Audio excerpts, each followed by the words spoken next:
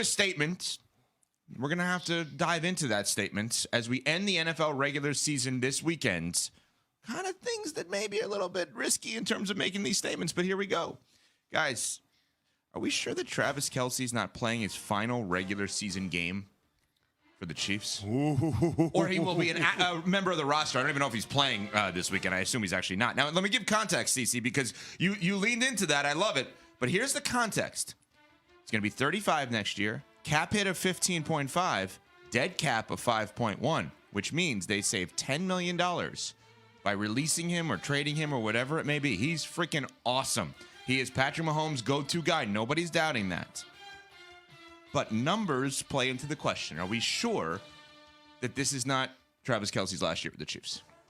Yeah, I'm pretty sure. It's just because the Chiefs don't have anybody else that's reliable. Remember, they swung and missed on Sky Moore. They swung and missed on Kadarius Toney. Rashee Rice is a fine player, but he's still relatively young and not necessarily the most reliable. MVS feels like a free agent bust because of all the drop passes that are consequential this season. So tell me or show me the reliable pass catcher on this roster that's not named Travis Kelce. I'll wait. And I guess that's the biggest point. Like, when you look at everything else on the team in terms of pass catchers, Travis Kelce is still the most reliable, and that's why I think they run it back with him and Mahomes. They keep those two together. Cosign. I think they have to bring him back. Not only do they not have another reliable option, you have to keep this window open with Patrick Mahomes. You paid him $500 million. He's the best player in the NFL at the most important position. And this season, it's been proven he can't wear that Superman cape all the time. He can't get it done all by himself. If you remove Travis Kelce from this Chiefs offense, who scares you? Is there one person on this team that scares you? Does Travis Kelce scare you right now? More than anybody else. Okay, yeah. No, he's still having a good season. I agree. Absolutely. I agree. And everybody's going to mention Taylor Swift, et cetera, which I don't think has anything to do with this, but people are going to mention it. He has not had a bad season. She has nothing to do with this. I'm not saying that. I'm saying that Nuno says that in my ear. But About Taylor Swift? I'm not saying that. So you think that... Don't put this on me. I'm just asking the questions here. So let me just make sure the math is mathing. You think that MVS, Kadarius Toney, they're too busy looking up at the box to see if Taylor Swift is paying attention to them, and that's why they're dropping the passes? No, I said that. Are we sure that Travis Kelce just doesn't want to go on this world tour and this budding romance, right? He's got something better than football. Yeah, like That's an interesting take. Would Travis Kelce be any hotter right now across all the landscape of media and everything else? No. So take advantage of it. Retire. Enjoy life. All right, let's get to the next one. I mean, here's the thing. Yeah. Travis Kelce, 7 straight seasons, over 1,000 yards receiving, 5 straight seasons, over 1,100 yards receiving. Right now, he's sitting at 984 yards receiving. The Taylor Swift impact may have bumped his popularity. It certainly hasn't bumped his production. So maybe there's something to what Nuno's saying. Maybe. Next one. Are we sure that Saquon Barkley is not playing his last game as a Giant this weekend? Oh, no, he is playing his last game as a Giant. And I know that he's come out on the record and said he wants to stay a Giant. He wants to be a Giant for life. That's not going to happen. Joe Shane, their general manager, has already shown you what he thinks about the value of the running back spot. And so with having him on this one-year proposition and seeing how far the team has fallen short of the mark and where they were last year, I could see Joe Shane reallocating the resources that he's committed to Barkley this year in other areas of the team. I think they're going to pass. I agree with that. Even though he's been an amazing star player for them, he's been an amazing face of the franchise. When somebody shows you who they are, believe them. When somebody shows you what they think about you, believe them. And to CeCe's point, we saw it this offseason with all of the drama and the conversation around the running back position. The writing has been on the wall for a while. And even though he wants to stay there, I think it's over. All right. You don't draft the running back with the 2nd overall pick, Giants. That's for sure. God in heaven. We knew that then. We know it more now. It's unbelievable that they did that. Anyway, all right, next one.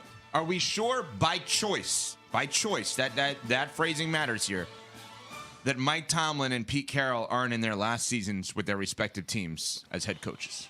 By their choice, I should say. Sure? I don't think they are. I mean, I don't think Pete's going anywhere. I mean, I know he's the oldest coach in the National Football League, but he's still got that youthful exuberance. And what he's building on the defensive side of the ball, it feels like another reincarnation of the Legion of Boom. So I don't know that he wants to walk away from that because they've got a lot of nice young pieces. And I think Pete is on the verge of building something that can allow him to compete at a championship level for the foreseeable future. So I think he stays around. And, of course, Mike Tomlin. Where else are you going to find ownership like Art Rooney in the Pittsburgh Steelers? That doesn't exist around the National Football League. So I think he stays put as well. At some point, it's going to be time. At some point, these guys are going to want to walk away.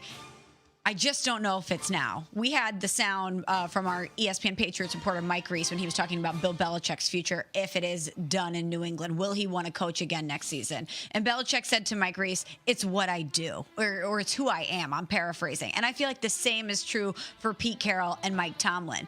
Someday, they're going to say, enough is enough. It's time to walk away. But I just can't see either one of them leaving with the situations that they have. Next one. Are we sure that this is not the end for both Derrick Henry and Mike Vrabel in Tennessee? Vrabel by choice. Yeah, I think this is the end for Derrick Henry. I can't see them committing to him beyond this season, even though he's been the bell cow for them since he's come into the league. And for Vrabes, I get that he may be interested in other places. I'd be curious to see how that dynamic with him and Rand Carthon is going to work out.